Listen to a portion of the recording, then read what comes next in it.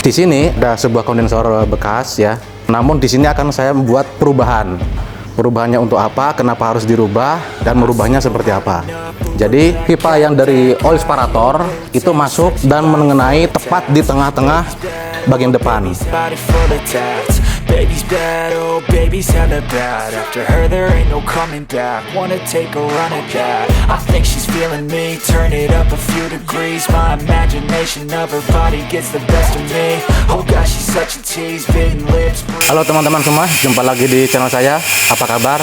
Semoga semua dalam kondisi sehat walafiat, segar bugar, dan selalu dalam lindungan Tuhan Yang Maha Kuasa, serta dilimpahkan rezekinya. Nah, kali ini saya mau berbagi mengenai konstruksi kondensor ya. Sebelumnya saya ucapkan terima kasih untuk teman-teman yang sudah subscribe, dan bagi yang belum subscribe silahkan subscribe dulu karena subscribe itu gratis. Untuk teman-teman yang nonton video saya, mohon ditonton dengan baik dan saksama. Jangan sampai nanti di dalam video itu sudah saya sampaikan semua tapi masih bertanya di kolom komentar ya. Semoga apa yang saya sajikan ke teman-teman semua semoga bermanfaat, dan jika ada kekurangan di dalam video saya silahkan koreksi di kolom komentar. Dan beberapa video sudah saya upload, silahkan teman-teman cek di channel saya. Apabila ada yang request video tapi belum sempat saya buatkan, mohon bersabar. Karena saya juga harus menunggu medianya ya, objeknya. Jadi harap bersabar. Nah, kali ini saya mau berbagi bagaimana kita membaca konstruksi kondensor. Di sini ada sebuah kondensor bekas ya. Namun di sini akan saya membuat perubahan. Perubahannya untuk apa, kenapa harus dirubah, dan merubahnya seperti apa. Jadi pertama, konstruksi awalnya seperti ini. Jadi di sini ada pipa kecil, ini 7/8, dan di sini adalah pipa 1 inci. Secara logika ya, itu inputnya yang besar dan outputnya adalah yang kecil. Namun untuk heat exchanger, terutama di jenis kondensor, itu tidak bisa inputnya dari sini. Kalau melihat dari konstruksi pemipaannya, ini adalah kondensor yang posisi horizontal ya. Artinya yang kondensor tidur. Ini dimodifikasi, cuman modifikasinya masih kurang pas. Untuk sebuah kondensor, kita harus perhatikan dari mana arah angin masuk, atau sistemnya ini adalah sistem hisap, si fan kondensornya, atau sistem dorong. Nah, kebetulan di sini adalah sistem hisap. Artinya, udara di sekitar akan dihisap oleh kipas kondensor dan masuk ke sini, ke bagian area kondensor, kemudian keluar ke sana. Di sini ada beberapa kesalahan konstruksi ya untuk sebuah kondensor dengan sistem hisap. Pertama, pipa besar bentuknya seperti ini ya. Kemudian pipa kecil di bagian depan ya, di bagian depan itu yang di bagian sini, itu bentuknya pun juga seperti ini. Sedangkan konstruksi kondensor itu seharusnya outputnya yang berada di bawah. Ini tidak mungkin ya. Ini kita buatkan jadi sebagai out kondensor, itu tidak mungkin. Karena pipanya ini besar dan ini kecil. Jadi di sini ada dua kesalahan konstruksi. Satu, besarnya pipa. Kedua, bentuk elbow-nya. Sebenarnya tidak salah kalau difungsikan menjadi kondensor yang horizontal. Ya, yang kipasnya ke atas itu kondensor horizontal. Nah, ini kita aplikasikan menjadi kondensor vertikal. Maka konstruksinya harus dirubah. Dirubahnya seperti apa? Yang seharusnya itu pipa yang dari oil separator itu masuk dan mengenai tepat di tengah-tengah bagian depan. Kenapa di bagian depan? Oke, ini sekarang saya buka supaya lebih jelas. Bagian depan, baris pertama ini, itu yang teraliri pertama dari kompresor. Artinya ini adalah bagian yang terpanas.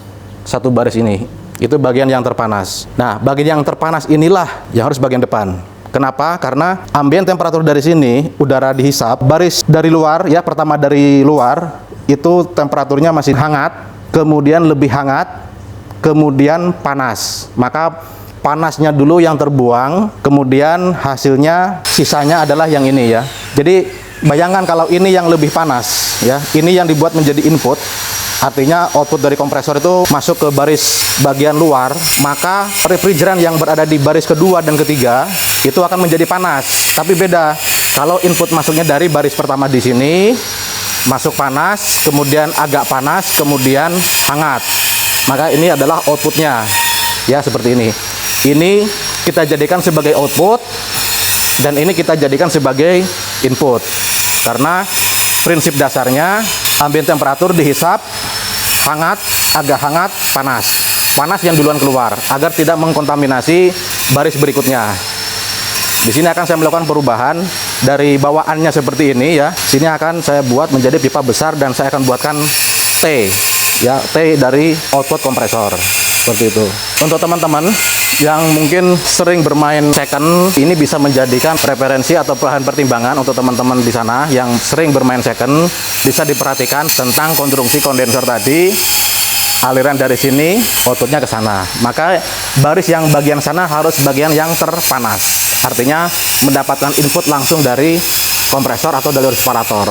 Dengan adanya video ini, teman-teman di sana mungkin bisa menjadikan referensi atau bahan atas dasar apa konstruksi kondensor itu dirubah. Atas dasar input, output, panas, agak panas, kemudian hangat. Jadi, semisal teman-teman dapat kondensor bekas, perhatikan konstruksi di bagian sininya.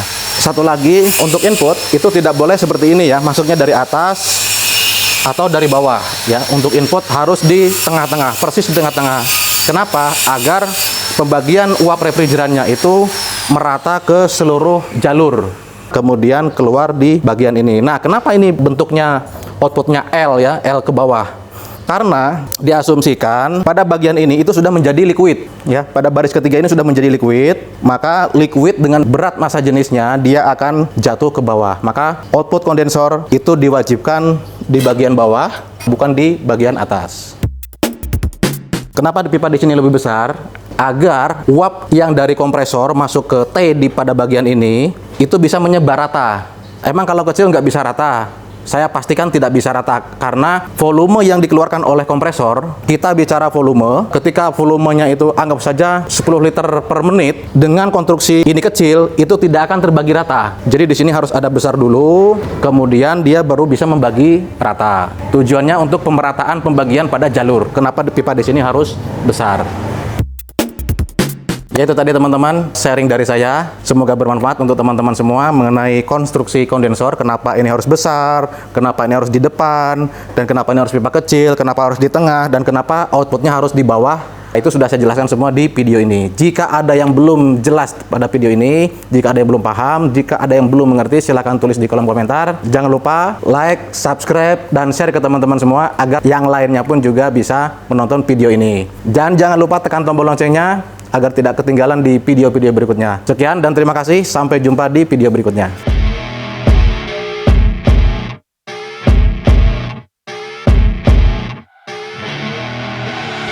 I see her rolling up, Uber black Cadillac, high heel boots and a sexy body full of tats. Baby's bad, oh baby's hella bad. After her there ain't no coming back. Wanna take a run at that. I think she's feeling me, turn it up a few degrees. My imagination of her body gets the best of me. Oh gosh, she's such a tease, bitten lips, bruised knees. I'm addicted to her, need her touching me. Cause she got a bad little waist, and we tearing down this place. Off the liquor that we chase, Casamigos to the face, baby I don't need no space. Come